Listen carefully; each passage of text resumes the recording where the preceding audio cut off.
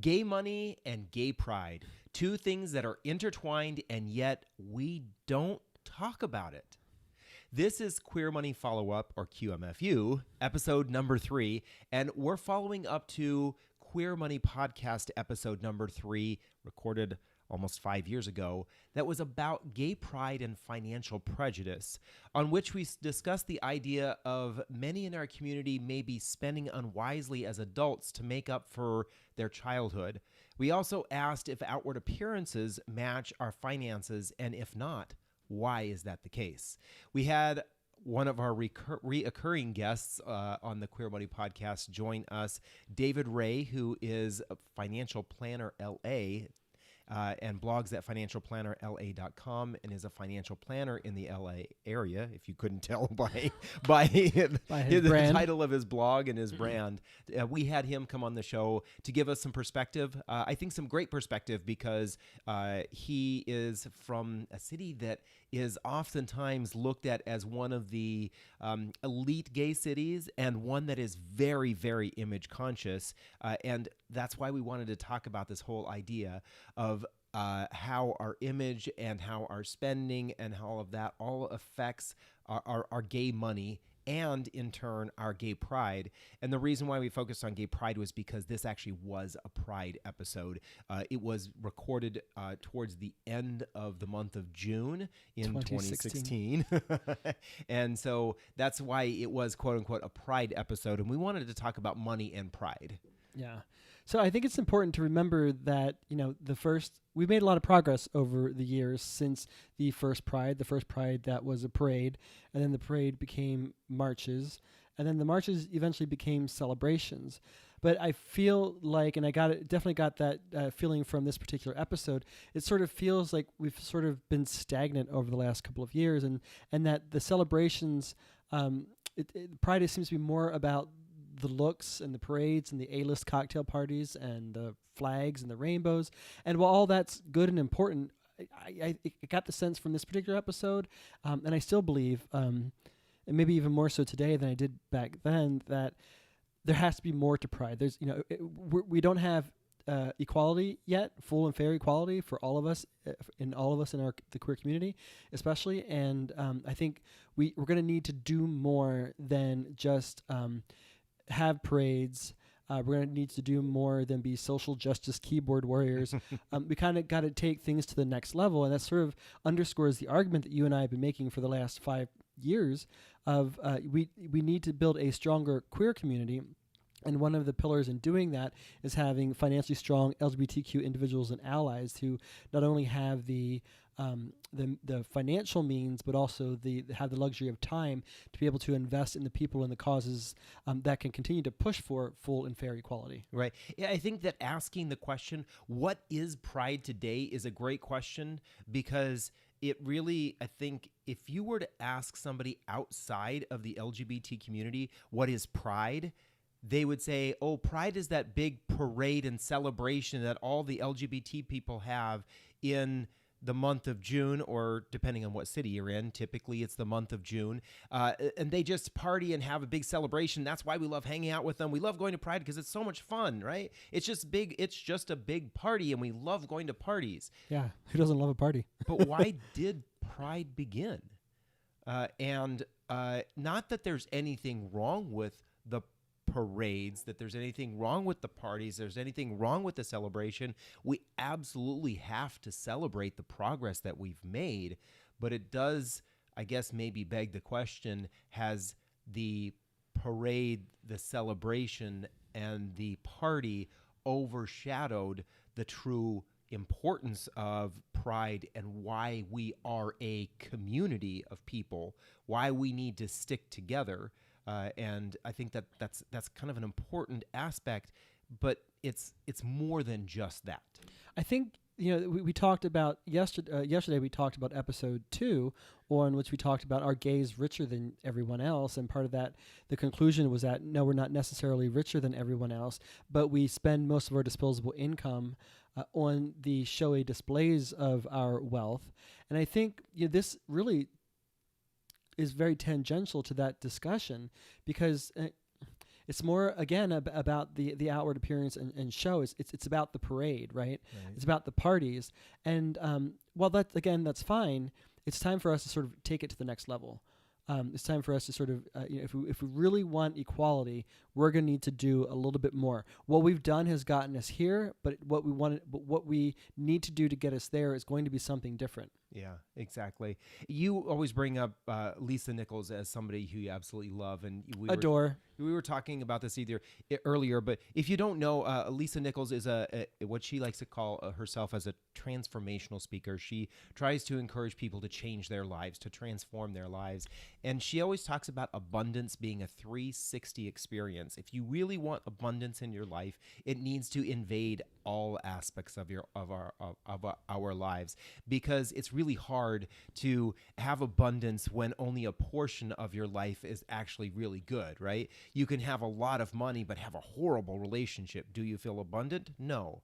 You can have a lot of money and be constantly sick. There, you don't feel abundant. So, we want that same feeling, that same experience with pride in our lives. We want to be proud about all aspects of our lives, or as many aspects of our lives. And if we only focus on the celebration, if we only focus on the parades, we only focus on the cocktail parties, the rainbow flags, all of that, then we're kind of missing the point of pride, right? Yeah, and I definitely understand that for some people, it takes all their energy to just being themselves based on where they're from and their circumstances. And so this message isn't for everyone, but I think it is for everyone, but not everybody's able to act upon it. Yeah. But what we're talking about here is not only being proud of who we are and coming out and being honest with the people in your life, and not only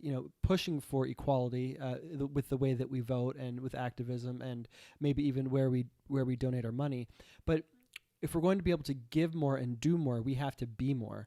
Yeah. And so that includes being fiscally secure, financially secure. That includes being spiritually sound. It includes our health.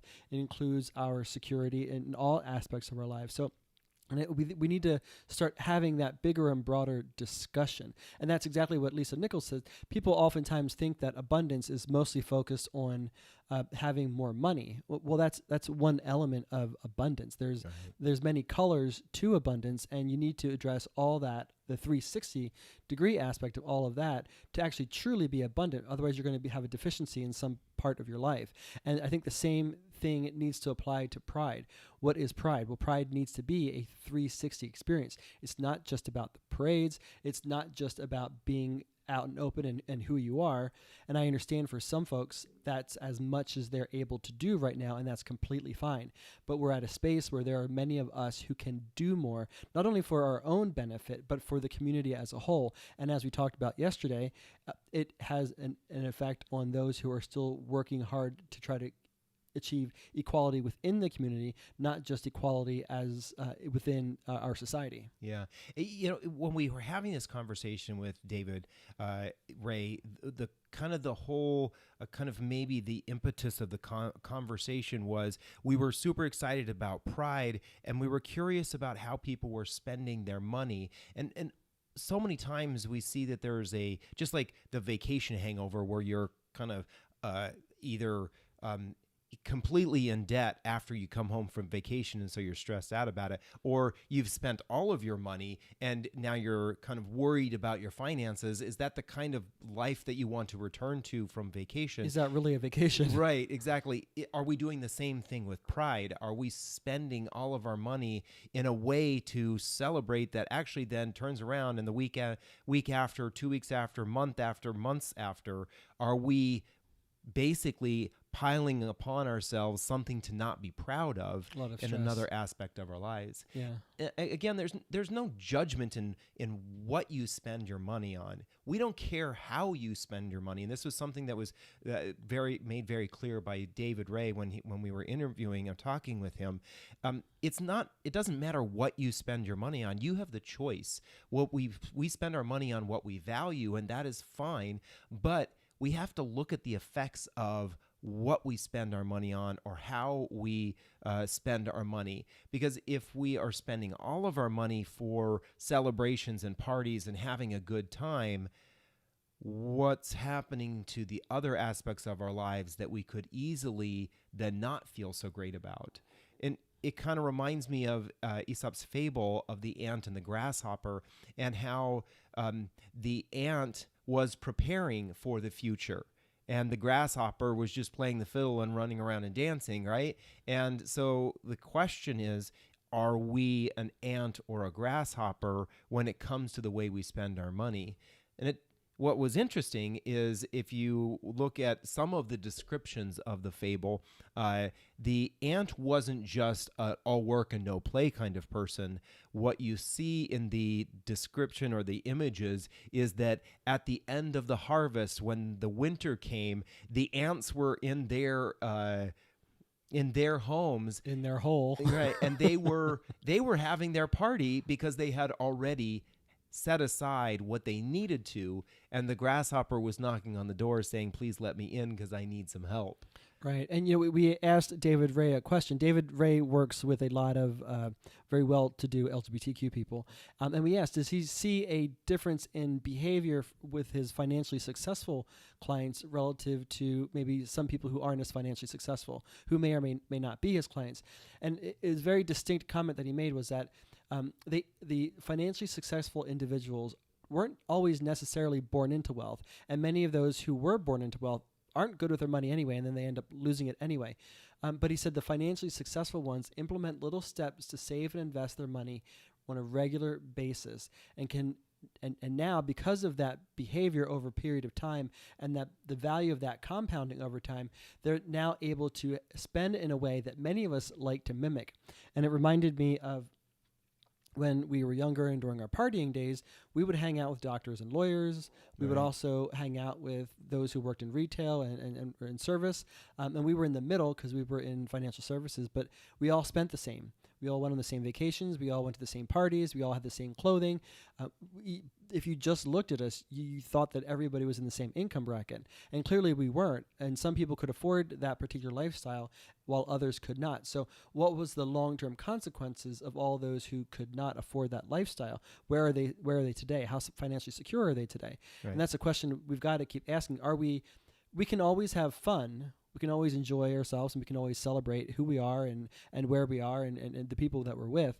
But we also have to understand that we have to prepare like the ant for the future. Otherwise, the party's going to end someday, and it's going to be a miserable experience. Yeah. It's interesting. You brought up this whole idea of David Ray working with individuals who have much more wealth than the average individual.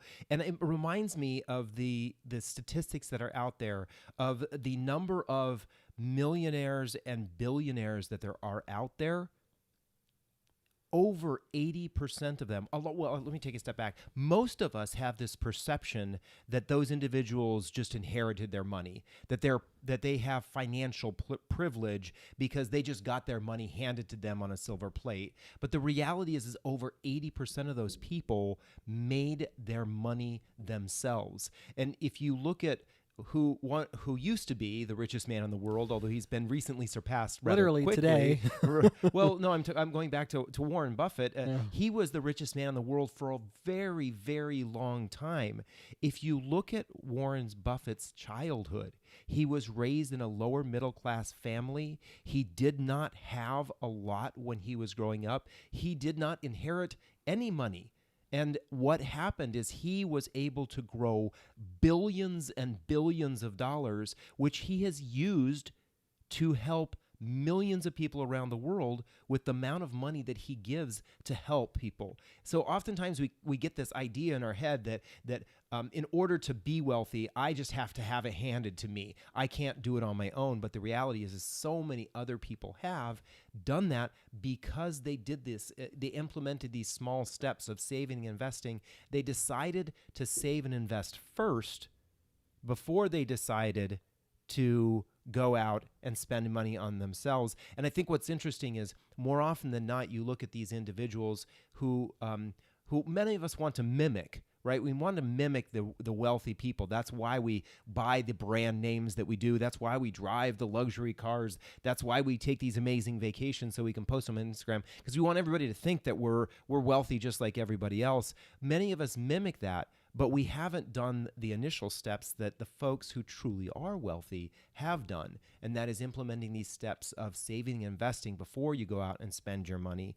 And it kind of reminds me, and we talked about this on this episode, of the Millionaire Next Door book, where the vast majority of millionaires in America, if you looked at them, you wouldn't know that they were millionaires.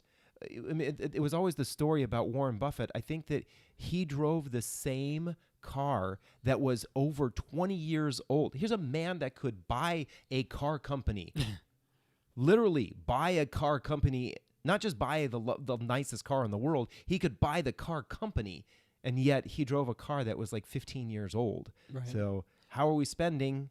How are we investing? What are the results? Yeah, and I think, there are some in our community who think that the only way that they're going to be successful is if somebody just gives it to them or if they just take it. But the likelihood of that actually happening is so minimal. It's moot to even have that particular discussion. The likelihood of you being able to achieve financial security on your own is considerably more likely than the other scenario. I mean, you're literally not going to change the economy. You can't change the fact that we're in a capitalist system. I mean, you could try, but the probability is that you're not going to do it. So the best thing to do is try to figure out, how can I work within the confines of the system that I've got to achieve the financial security that I need? And we say this over and over and over again, but financial pride, financial security is what equality needs. What we've done to get us here will not get us there. We've got to do more. And that a pillar of a strong queer community is strong LGBTQ individuals and allies, and that strength also includes financial strength. Right. I love this whole idea of we have to get our financial shit together, right? We have to get when you think about it, when you are broke, where is your money and your energy and your thought process going? You're focused on you're desperate, right? You have a really hard time giving back when you are in that position.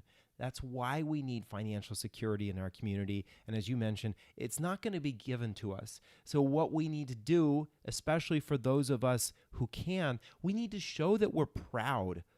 There is nothing wrong with being financially secure.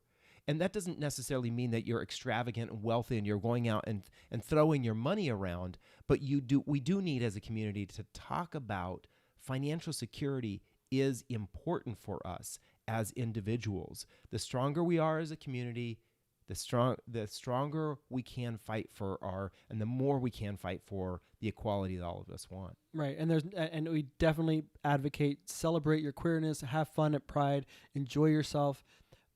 But we would encourage people, our community, to start thinking a little bit more 360. Think about other aspects of our lives that we can become more proficient and effective at, so that we can have that 360 experience, improve all of our lives by improving each of us ourselves as individuals, and achieve the financial security and the autonomy of time that our community needs to continue to fight for equality. Right. So maybe one of the questions that we as a community, or I don't want to say as community, as individuals should be asking ourselves is, do I have pride in my money? I've got pride in my community. I've got pride in maybe the way I look, the way I dress, the job that I have. But am I proud of my financial situation?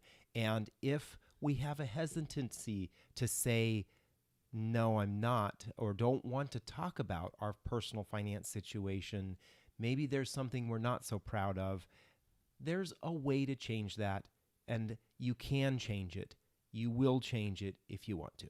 Exactly. So thank you for joining us for another Queer Money follow-up. Here's your Queer Money follow-up takeaway from this episode. Please subscribe to the Queer Money podcast at debtfreeguys.com/QM.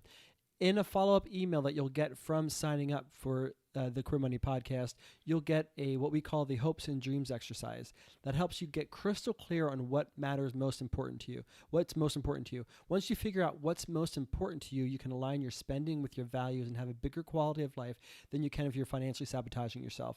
So download that hopes and dreams exercise, get it, and do it. Lastly, please give us a thumbs up on this video, subscribe to this channel, continue the conversation in the comments below, or join us in the Queer Money Facebook group. And finally, and again, subscribe to the Queer Money podcast at debtfreeguys.com/QM. Thank you very much, and we'll see you tomorrow.